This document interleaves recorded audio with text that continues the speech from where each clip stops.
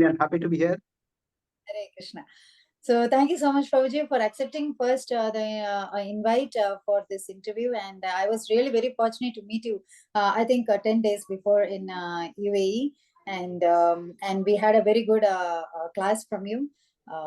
And I just want to know how you were introduced to this Krishna consciousness, Prabhuji, and how was your journey throughout this Krishna consciousness for these many years? I was introduced in my college days when I was studying engineering. I think there were three factors which led me to take to Krishna consciousness. One was intellectual, one was social, and the other was more relational or spiritual, you can say, more relational. So Krishna is the ultimate master in our life. So I like to use the acronym SIR, Sir. So S was social. From my childhood, I had a lot of interest in the power of education in transforming people.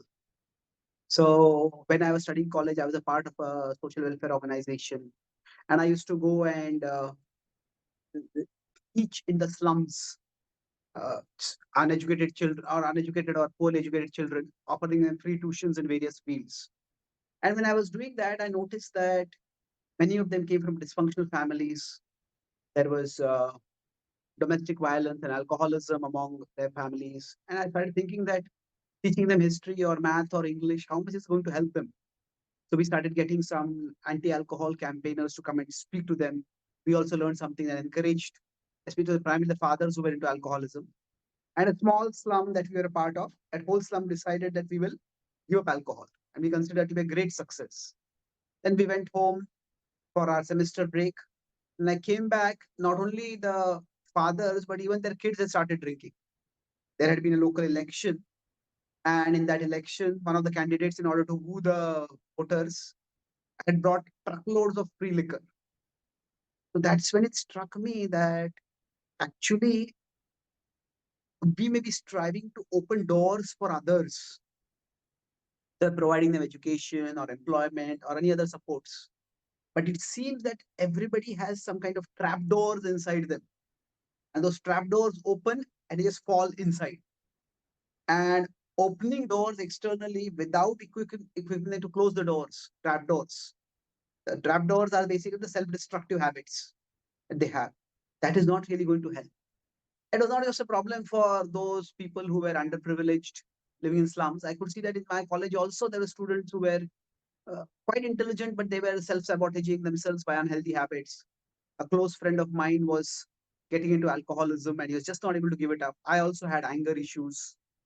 So that's when I started reading the Bhagavad Gita, and then I came across to 336 in the Gita, that what is it that impels us to self-destructive actions? I felt this is what is vitally important. This is what I want to learn. And then I started studying it, applying the Gita in my life, and I started inviting the speakers to come in my hostel room and teach the Gita.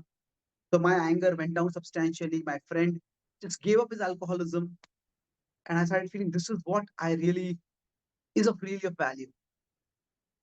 So then I completed my engineering, and after that I was working in a software company in India.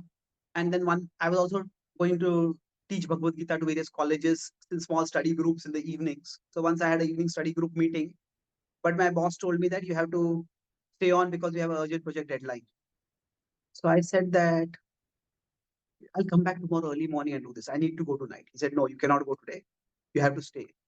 I tried to arrange some other speaker, but no one was available and we had to cancel the study group. So that around midnight when I was coming back, I started thinking that if I'm not writing these software programs, there are 1,000 other people who can do it, and many of them can do it better than me. But if I'm not teaching the Bhagavad Gita, how many people are there who are ready to teach it? So I felt I could contribute much more to society by studying and sharing the Gita's wisdom than I could by writing software programs. So that was more of the social aspect of why I took to Krishna consciousness. And that is one of my reasons why my focus has always been on teaching. I never got into management and other things. I feel it is the power of education. We just equip people and let them have the resources by which they can choose to improve their lives if they want to. And then I was thinking about three factors that led me. I was the intellectual factor.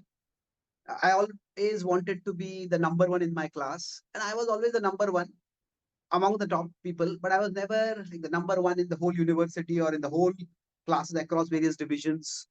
And that was a nagging sense of disappointment for me. Then I gave gave in my engineering days, I gave my GRE exam. Since my childhood, I had a aptitude for language, an aptitude for words. So generally, Indians do well in maths and analytical ability, but struggle in English. So I did very well in English, and I came first not only in my college, but in the history of my university. In fact, I was the first. I was the top in the entire Pune University at that time. So I was delighted. Like one moment, yeah, who kind of thing. But afterwards, I realized that just looking at the mark sheet doesn't give much happiness. And it was when others congratulate me that there is happiness. And yes, I was a celebrity in my college. But somehow it happened that one after another, three of my friends forgot to congratulate. Not very close friends, but reasonable friends. They thought everybody knows it, everybody has congratulated. Why do we need to congratulate? So when the first friend forgot, I was annoyed. When the second friend forgot, I was irritated. The third friend forgot, I was enraged. Then I didn't want to sound pathetic by saying, asking why are you not congratulating me? But suddenly I felt as if I was looking at myself from above. Hey, wait a minute. You thought that becoming a topper will make you happy. But instead of becoming happy, you have actually become more dependent on others for your happiness. So it is that earlier you could just hang out with your friends, but now you have become so needy when you are with them. So I started looking ahead at my life, said whatever I might achieve, I might get into a Ivy League university, I might publish some papers in nature or science. I never had financial dreams. My dreams were always intellectual. I might write some best-selling author, I might best-selling books as a science popularizer. I was very much into science. But I might win some awards. But I thought all of these would still keep me dependent on others for my happiness. So that's when, again, that also led when I read the Bhagavad Gita, the verse 6.22, where Krishna talks about the stage of samadhi, that there is a state where we are so internally enriched that we no longer crave for anything more, nor do we lament when anything bad happens. So I felt when I read that verse, this is a real achievement in life. No other achievement can actually free us from craving or lamenting. Only this state of inner contentment. So I felt this is what I should aspire for in my life. And that's what I'm still trying to do. So that was more from the intellectual perspective. From the relational perspective, my father always had a traveling job, and it was my mother who took care of me.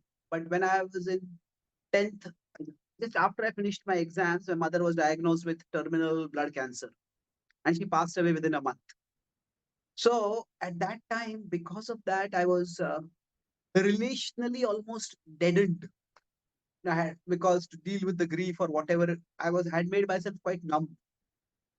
And I had always been thinking, what are these relationships about? What is the point of having relationships? At that time itself, I had read about some. I was at a convent school, so I had read about some Christian saints, and I had also read some Indian Swami's books. So that time only I had decided I'm never going to get married. I wanted to focus on education and outreach that way. But it was when I read the Bhagavad Gita, and when I read about how actually in 10.8 and 9, 10.8, how it is not just that we understand Krishna with our heart, with our head, but we also direct our emotions towards him. Buddha bhava samanvitaha. And then how devotees bodhayantaha parasparam, how we can relish Krishna. So I realized that the relational longing that I have, the relational shutting down of my emotions that I have done, actually that is meant to be directed toward Krishna and those who are connected with Krishna. So that's how it is a natural step for me to try to become not just Krishna conscious, or try to become Krishna conscious, but also try to do it as a monk, and try to stay more and more in the community of devotees as I try to direct my love toward Krishna. Thank you. Hari Hari. So that was really very interesting and inspiring journey, Prabhuji. So right from you said that, yes, of course, we have that false ego. I'm saying for myself that, yes, I have that false ego that I want someone to appreciate me. So as you said, it was really a very good realization, Prabhuji. We want someone else for our happiness. What we are achieving, we are not having the happiness, but when someone says that, then we feel more happy. So I feel that that is a kind of false ego also, right? I wouldn't necessarily, it's too harsh to call it false ego only, because Mhm. as a human being, we need appreciation.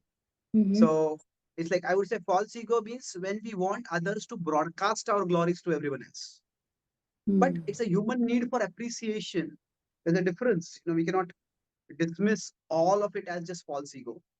Say, if in a close relationship, say, now if you do this interview, and then you would like to actually know how well you ask the questions. And if I appreciate that, you are needing that appreciation is not an expression of ego. You're trying to do a service, and you would like to know whether I'm doing the service properly or not. So if after this class I ask you whether the answer is relevant for your audience, and you appreciate that, that's appreciation is not necessarily an stemming from pandering to the ego. So I would say there's a difference between appreciation and glorification.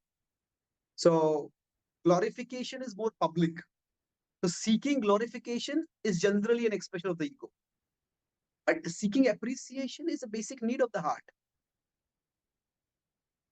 Yeah, thank you. Thank you so much, Prabhuji, for giving that difference actually between the appreciation and glorification. I very well understand now. Okay, maybe I'll apply it henceforth. So, and you have multiple commitments, right, Prabhuji? So every day you will be having your multiple commitments in each and every forum. And with that, how do you keep your doing your sadhana consistently? And from morning, like how do you make your plans for the day? Because I keep traveling a lot, so sometimes the flights are late night and stuff like that. So I realized that two things. One is that we need to take care of our spiritual side. Nobody else will go to do that for us. It is we who have to take care of our soul. But at the same time, we cannot take care of our soul if we do not take care of our body. There's a letter of Prabhupada where he says that if you don't take care of your health now, in future, even if you are very enthusiastic to serve Krishna, you won't be able to do so. So basically, one of the things I've learned is that once we come to even to a little bit towards Sattva-guna, we start, not that I'm fully in Sattva-guna, but even a little bit towards Sattva-guna, we understand what are the needs of the body and what is, say, the greed of the body. So how much I need to sleep because I need rest, and how much am I sleeping because I'm just being lazy. How much I need to eat because I'm hungry, and how much am I eating because I'm craving and giving into the craving. So it's not easy always, but relatively it's not too difficult once you come to Sattva-guna. So basically, I see that we shouldn't, I don't want to fight against my body. So it is like we don't have to work, if you consider pendulum, don't work against the body, don't work for the body. We work with the body. So I generally know how much rest I need to take. So I take that much rest and then I work on my sadhana. So in general, if we, rather than thinking that I have to follow this rule and I have to finish this at this particular time, that can work for some people. And if it works, that's excellent. But I focus more on Bhagavad Gita 6.5, where Krishna says we have to take responsibility for elevating ourselves. Uddhared atmanatmanam. Nobody else can do that. So if I truly care for myself, body, mind, and soul, then I will try to take care of all of them. So based on that understanding, what would be the responsible thing to do at a particular time? So sometimes it may be that you need to take more rest, take more rest. Sometimes it is that, many of the times it is that, no, this is important, do it right now. And other things can wait. But in general, if I try to have a mental meter of my inner strength. So inner strength could be in terms of if something doesn't work out, how much do I get irritated by it? If something I am planning goes wrong, do I really get annoyed? So that is like a meter to know if I'm getting too annoyed, too irritated, that means my spiritual strength level is low. So if my spiritual strength level is, so basically the dualities are there in life. If our reaction to the dualities is going much, much higher, then that is an indication that now I really have to prioritize. So for me, it is not so much the chanting as the studying scripture, immersing myself in spiritual wisdom that gives me strength. So then, if I find that I'm being affected by the dualities too much, then I take off. Then I may cut myself off from the phone and social media and responding to messages, or I can't cancel speaking engagements, but then I try to cancel meetings or cut down on meetings, try to carve out a period where I can immerse myself in Shastra. So, of course, there is a daily sadhana in terms of chanting, there is daily study of scripture. I write every day, so I have to contemplate Shastra. I speak almost every day, one or two classes. I have to contemplate on that. Having some time to immerse ourselves in the things that give us strength is very helpful. So, once we take responsibility for ourselves and then make sure that we are doing the things that give us strength, then I think we all can find out the best way we can sustain ourselves. Very, very beautiful, Prabhuji. So knowing the inner strength. So means like what I understood is we should know where we can do, means we can sustain in bhakti. So which means like yeah, yes, our daily sadhana is there, but still apart from that, we'll have to keep engaged in bhakti, so that we have to find out where we can be sustainable in that case. Yes. So See, often if you consider serious bhakti, it has two aspects to it, that intense but also sustainable. Sometimes in the name of being intense, we may do something which are not sustainable. And sometimes in the name of being sustainable, we will never become intense. So how to find that is not an easy balance. So we always have to, sometimes in the name of being sustainable, I have become less intense than what I can be. Sometimes in the name of being intense, I'm not been doing something sustainably. So I think each of us has to find that balance ourselves. so and for me, I think that sustainability is lagging in chanting. I think means like intense also is not there. Sustainability is there, but intensity is not there. Yeah, as you said, sustainability and intensity both it should be there, right, Prabhuji? Yes, true. Thank you for making that to understand, Prabhuji. And Prabhuji, apart from means according to your view, what is a quality that a devotee should develop in himself or herself? What is the important quality if you want? Curiosity. Curiosity. We often Curious. talk about eagerness to hear as a quality of a devotee, samutkantha. So that is true, but I feel it's curiosity. I feel a lot of problems within our devotee community and outside come because of judgmentality. Judgmental. Oh, this is wrong. This is a deviation. This is a fall down. These people are Mayavadis. These people are like this. Our philosophy tells us sarvopadi vinirmuktam. Give up all labels. But we have labels for everything that we don't agree with. This is like this. This is a deviation. This is this. This is that. So the opposite of judgmentality is curiosity. That instead of putting a label, oh, this person doing this is wrong. Okay, if you're doing this, what what makes you think this should be done? What is your reasoning behind it? And everybody has a reason for what they do, even if their reason is not very reasonable, but they have a reason. So I feel curiosity is it's a part of our Shastra, Brahma Jigyasa. So Brahma Jigyasa is not just at the start of our spiritual life, okay, I'm not the body, I'm the soul. It is something which you always need to have. So if some devotee is doing something which I consider is wrong, so simply labeling and condemning that devotee, if I have curiosity, okay, what is that devotee thinking? Now, I have traveled across the world and I have met somehow because of my nature and my outreach. I don't just meet the successes of our preaching, I also meet the casualties of our preaching. People who, by our harsh words or harsh dealings, have become alienated. So I feel No, very few people are bad-hearted, that nobody wants to drive anyone away from Krishna. But there's a huge amount of judgmentality which pushes people away. This is a box in which every devotee has to fit. And if a devotee is not fitting in that box, then that devotee is not a serious devotee. That devotee is not a sincere devotee. That devotee is a bad devotee. So that doesn't work. The Prabhupada had serious full-time devotees who traveled across the world at his one command. And Prabhupada had life members who did enormous service, but they didn't even chant 16 rounds. They didn't even become initiated.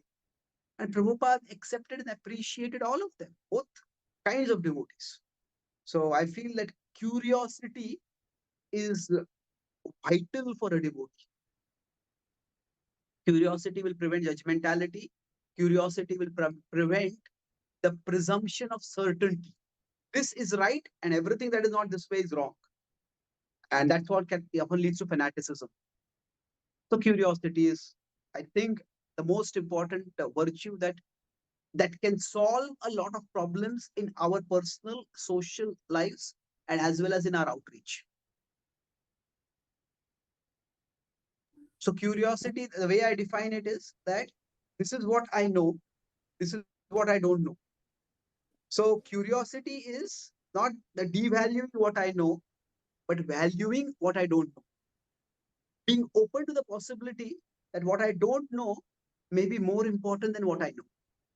So in this sense, if you take curiosity, curiosity is actually non-different from humility. It's intellectual humility. That there's humility is physical humility. I fold my hands, I offer obeisances. But sometimes we may fold our hands and offer obeisances. My dear Prabhu, you are a rascal. So there is humility in the conventional address, but we are using the word Prabhu, but we may not use the word you are a rascal, but we speak in such a way that we dehumanize others, demean others. So what I know about this person, okay, this person did this XYZ action and I don't agree with this. I find it odd.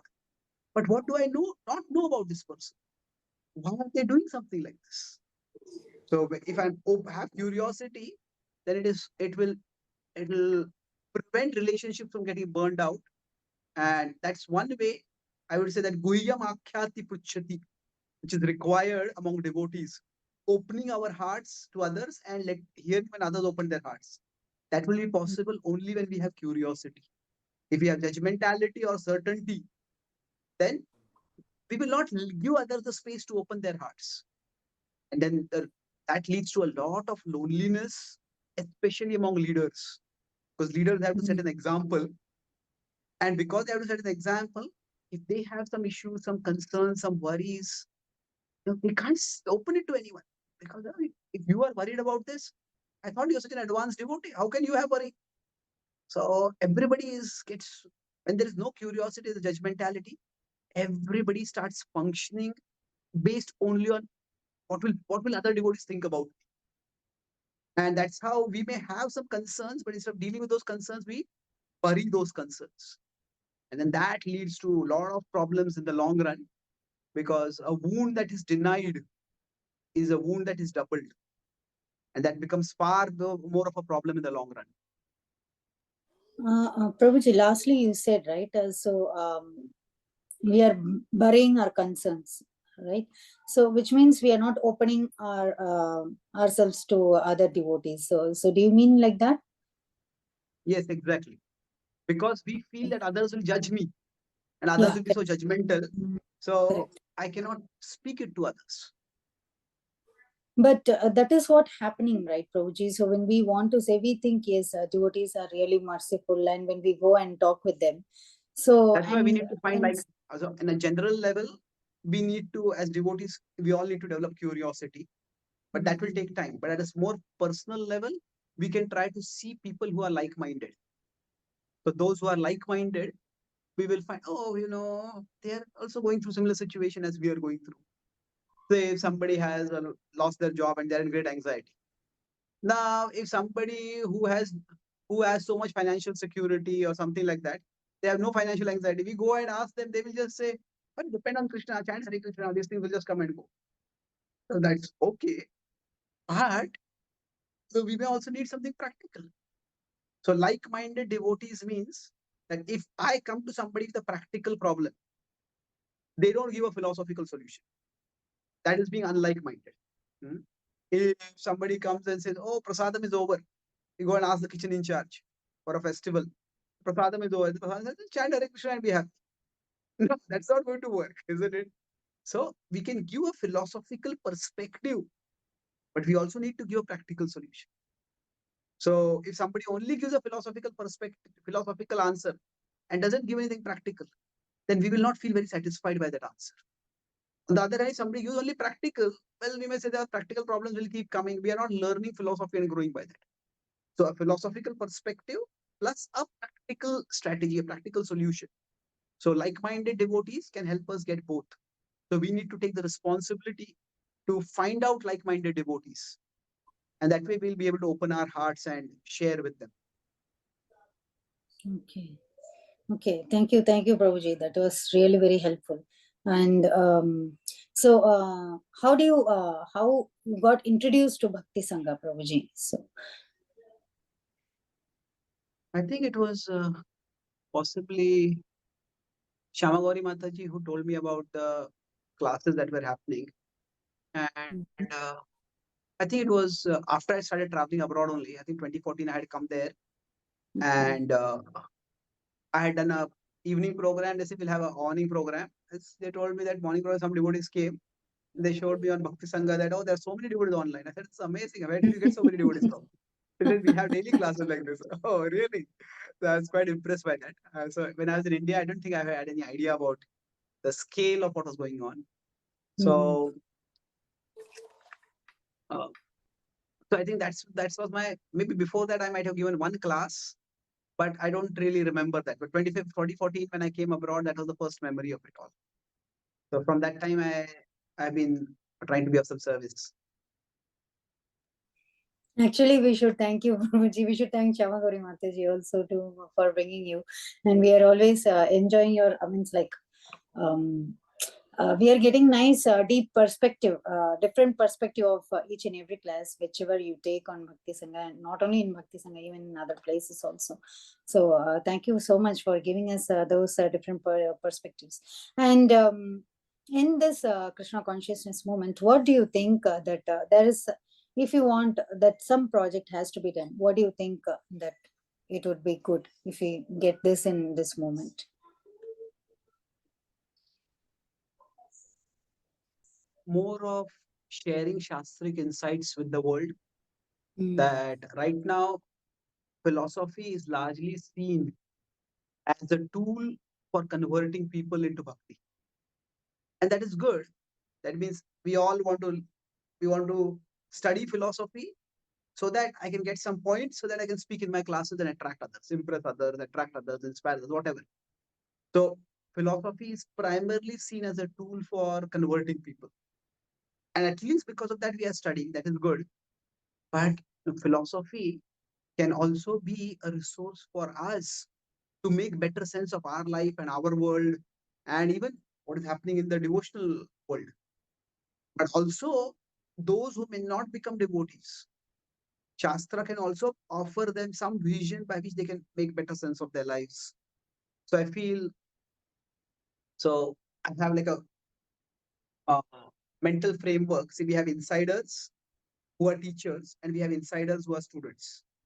So insider to insider classes are like Bhakti Sangha or Bhakti Shastri, Bhakti Vaibhav. They're largely insider to insider. Hmm.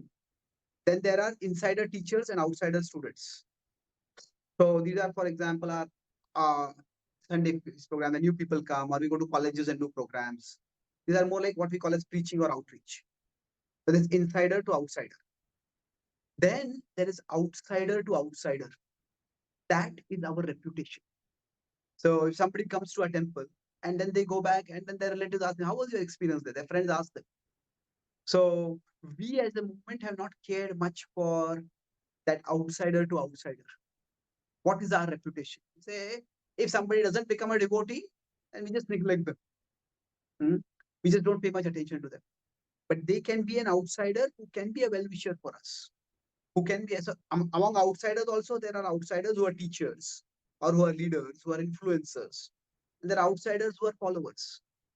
So I would like to see if we could increase the connection between insider teachers and outsider teachers.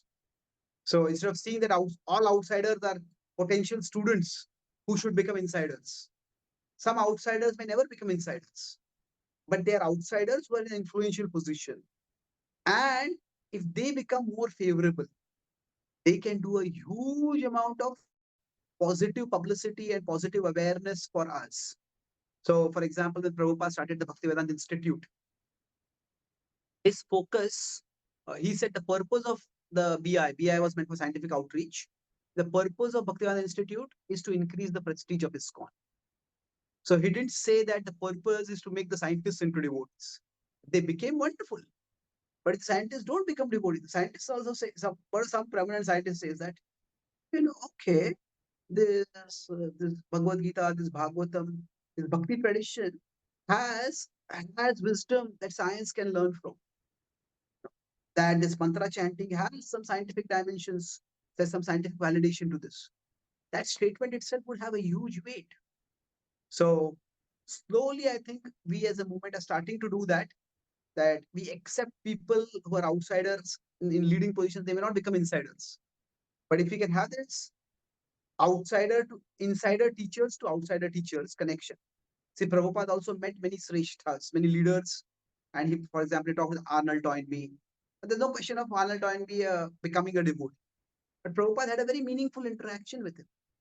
So I feel that if we can pay more attention on this insider teacher to outsider teacher communication, and then outsiders, they share things with the outsiders, then we can have a multiplier effect in spreading the wisdom of scripture to many people who may not necessarily come to our movement and ever become insiders. But they will still be benefited, they may still be appreciative. So our programs like Food for Life or midday meals are doing something like that. But that's at a humanitarian level. But can we also do it at the intellectual level, at a philosophical level? That is something which I feel the Catholic Church does very well. Muslims are also doing very, very well. That's why whenever it is because Muslim leaders have reached out to the outsider leaders. That's why what happens if whenever there is any attack by any Islamic extremists and there's some killing, the first response is not so much condemnation of that terrorist activity. The first is that condemnation that we are not criticizing Islam. That we don't want any Islamophobia.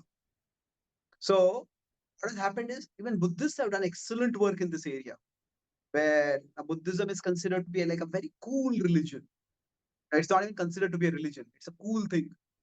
So I feel that we as a movement are lacking in that, where rather than trying to convert all outsiders to become insiders, we just let the outsiders be where they are and they spread positive vibes about us. So that's something which I feel is quite lacking, and I would like to do that whatever capacity I can. That was really very different perspective, Prabhuji. I have never heard about this. So as you said, yes, we try to make the outsiders to become insiders, but this perspective is really very nice. That will be helpful also, as you said. So, and even we see in the case of Prabhupada, as you said, one example, and even with George Harrison also, right? He was also not initiated, and Prabhupada just. George Harrison did become a follower, but then he hid his being a follower so that people would not think that he had joined a cult. So he was like he used to chant and it never became initiated. So I would say that, yeah, he was an outsider. Well, I think it would be a little harsh to considering the amount of service that he did to call him an outsider. So even the categories of insider and outsider are also not watertight. So, sometimes Ravindra Sarpro was telling me that when they were doing outreach, at that time, becoming a devotee, when they were doing preaching, becoming a devotee meant joining the temple, moving into the temple. That was the idea. So he said, when we in Philadelphia, he was the president, he said, there are many Indians who started coming, and they were coming every week. And when they were coming, we were very excited. We would preach to them, we would connect with them. But afterwards, we soon realized that they are not going to move into the temple. Indians have come to America for professional success, for financial growth, and then we decided these are not going to become devotees. So we would pay no attention to them, and they would still keep coming. So, so the situation was such that if any person on the streets would have asked these people who are coming to our temples, he says, which religious group do you belong to? They would have said, yeah, we are Hare Krishnas. But if those same people had asked us, are these people Hare Krishnas? No, they are not Hare Krishnas. So, because so then it was after some years, especially the late 1980s, that we started realizing these people are actually committed, but their commitment is different. That they are never going to become insiders in the sense of becoming residents of the temple, but that doesn't mean that they're not serious. So in that sense, sometimes insider outsider is also it's a subjective category. So I would hesitate to consider George Harrison to be an outsider. So he Okay. called himself what was the word he used in the chant Hare Krishna and be happy. We have a shorter version of that interview in that book, but there's an unabridged interview in Veda base. So there, I think he uses the word, I am a plain clothes devotee, something like that. So I'm a plain Sorry. clothes devotee. Plain Ah, clothes devotee. Plain okay. clothes means either that we are devotional attire, but he said, I'm a, like, there's another word is a closet devotee. Closet devotee means you don't show in public that you are a devotee, but Mm. he was very much devotionally inclined. So, yes, the Prabhupada didn't force him to become an insider. That is true. So, in that sense, you could say that he was not exactly an insider according to the conventional definitions of what an insider was expected to be in those times. But calling him an outsider is a bit too dismissive of his service that was done by him. Hmm. Thank you, Prabhuji. And you have been in Bhakti Sangha, I think, to 2014 you started, and it's been 10 years. And you have been seeing Bhakti Sangha, like how we are functioning. And so, what would you like to suggest to improve on Bhakti Sangha? Do you have anything to suggest for us? I think what you are doing is a remarkable service, and I feel that it has led to many others also being inspired and trying to do something similar at various levels. So I saw that apart from the morning class, you also have some other classes and you have multiple speakers. So it's become a whole, you could say, a university in itself, where you are having multiple departments and multiple avenues of connecting with Shastra and encouraging others to connect with Shastra. So it's a remarkable initiative. My only suggestion would be that spread the word around and inspire others. Everybody may not be able to join. I think you also have 2, 3 different forums where people can join at different timings. But if people cannot join here, encourage people to create similar systems. Nowadays, there's a lot of phenomenal outreach happening in the vernacular languages in India. So I know some devotees who do regular classes in Telugu or Tamil, and they get several hundred devotees in the mornings. So, and it's not, some are centered on a one particular person and preacher, some are not. So it is, I think, just spreading the word around, encouraging others to do it, maybe doing it in different languages for people. So I think that just the model that you're doing is excellent. Just try to expand or replicate it. And best wishes for all of you who are involved in sustaining this day after day, week after week, year after year. So the name also is very nice, that that we all in Bhakti we need Sangha. So I think many people took it up during the pandemic because there was no alternative. Mhm. So that is nice. In one sense, I had asked my spiritual master Radhanath Maharaj that when the child is in the womb, the child prays, Krishna, I don't want to come out of this womb, because outside there is pleasure. Here there is pain and there is realization there is pain. So I am prayerful, I am devoted to you. So I don't want to come out here. So then still he comes out, the child comes out. So is it that Krishna does not listen to the prayer? So Maharaj said, no, Krishna always listens to our prayers, but Krishna does not want devotion under compulsion. That because the circumstances leave us no alternative. That's why we want to practice bhakti. No, okay, it's good that time we practice bhakti, but even when those circumstances are not there, do we keep practicing bhakti? So when the child is sent out of the womb, that is not Krishna rejecting the prayer of the child, but Krishna, in one sense, testing the seriousness of the devotion of the child. So similarly, when there was no alternative, going online is something which everyone did. But you had started this long before that, and you continued it long after that also. So it is devotion not out of compulsion, but it's devotion out of innovation. It is devotion out of creativity to find a forum for devotees to connect regularly. So kudos to you. Continue it on. Haribol, Prabhuji, thank you so much for your wonderful words for Bhakti Sanga. And yes, Prabhuji, we are also trying to make it more accessible to all over the world, to all the devotees. And with your prayers and blessings, hopefully we will do it still more accessible to all the devotees. And thank you so much, Prabhuji. So with this, I think we can end the interview. And and we are very grateful for your.